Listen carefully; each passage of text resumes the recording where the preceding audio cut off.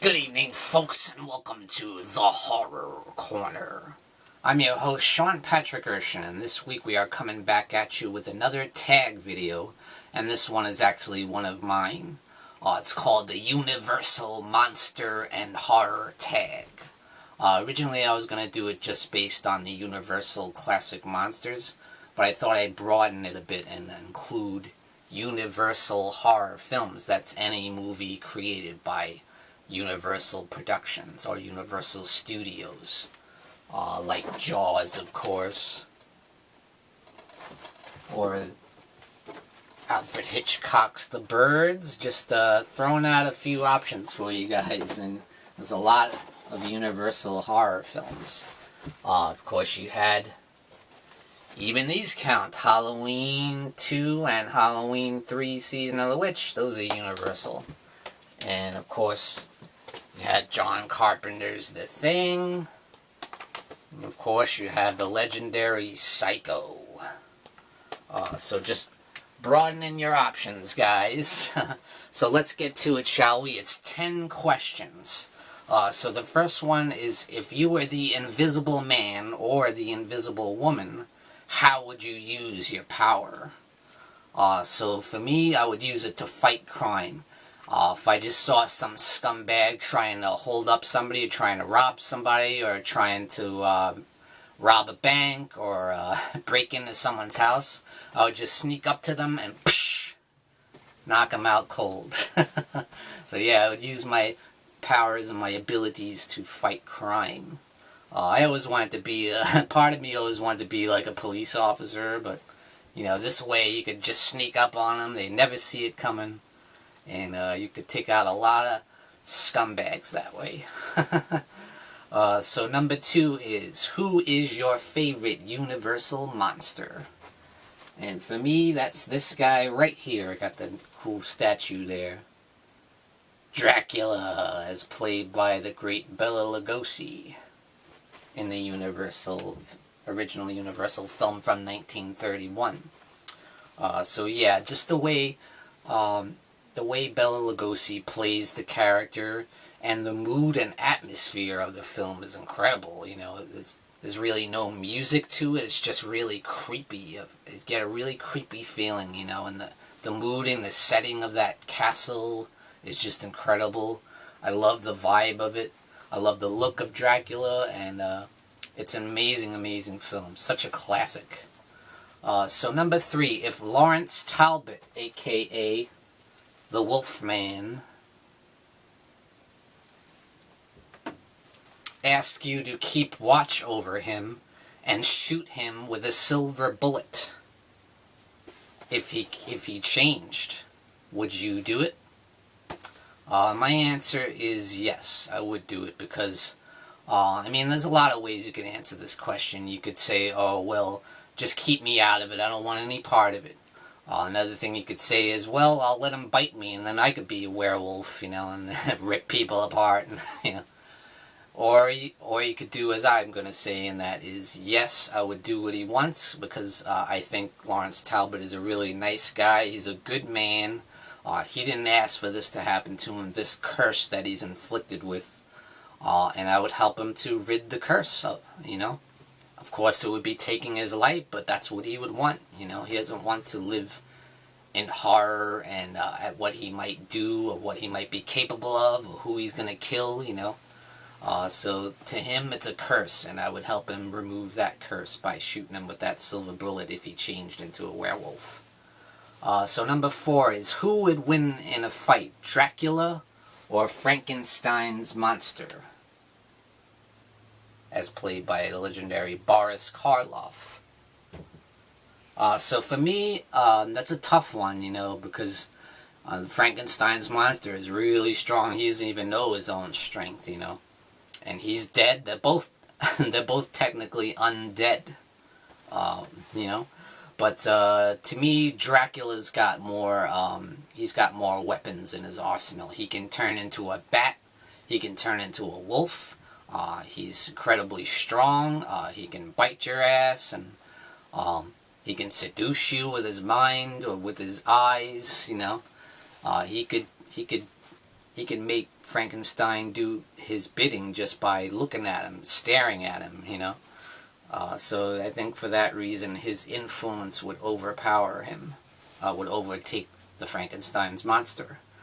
So number 5 is, do you think if Norman Bates existed, that's Norman Bates from the original Psycho, directed by Alfred Hitchcock, could he be rehabilitated through therapy? That's if he existed today, you know, in real life. I think no, you know, I think he's just too far gone. No one could possibly reach him and cure him. He's just way too far gone. He's too insane. He might be able to put on a facade of being normal, but he is not normal by any means. He's a psychopath. So next up is, what is your favorite Universal horror film? And for me, goes back to the last question, Psycho, as directed by the great Alfred Hitchcock. It's just an amazing, amazing film, in my opinion. That it just still holds up to this day. It's still terrifying. It's so incredibly well directed, so incredibly well shot. That shower scene is absolutely iconic. The way it's shot is just so brilliant. And the music is phenomenal. The soundtrack is amazing. All the performances in the film are amazing. Janet Leigh is excellent. Of course, Anthony Perkins just kills it in the film. Brilliant performances all around. It's an amazing, amazing film. The best Universal Studios horror film, in my opinion. So number 7. If Jaws was released today, would it still have the same effect? And my answer to that is no. I don't think it would have the same effect. In this day and age when horror films are so gruesome, so horrifying, so bloody and gory. We've seen the Saw films and the Hostel films, and you know, the brutality of today's horror is like immeasurable, and I don't think something like a killer shark would be that big of a deal today. Yeah, there is a universal fear. Everyone is afraid of sharks, but I just think in today's horror scenario, it wouldn't play as well. People wouldn't be quite as terrified as they were back then in 1975 when the film came out, which happens to be the year I was born, by the way. I think that was the one good horror movie that came out the entire year. Okay, so number 8. What is the best version of The Mummy?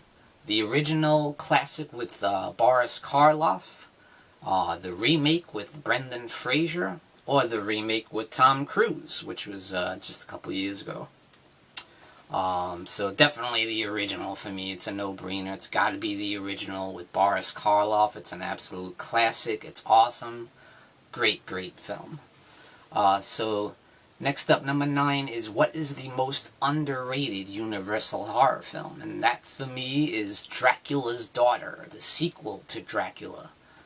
So that was the first sequel to Dracula. Yes, it didn't include Bela Lugosi, but you know, it was mentioned. It did continue the events of the original Dracula from 1931.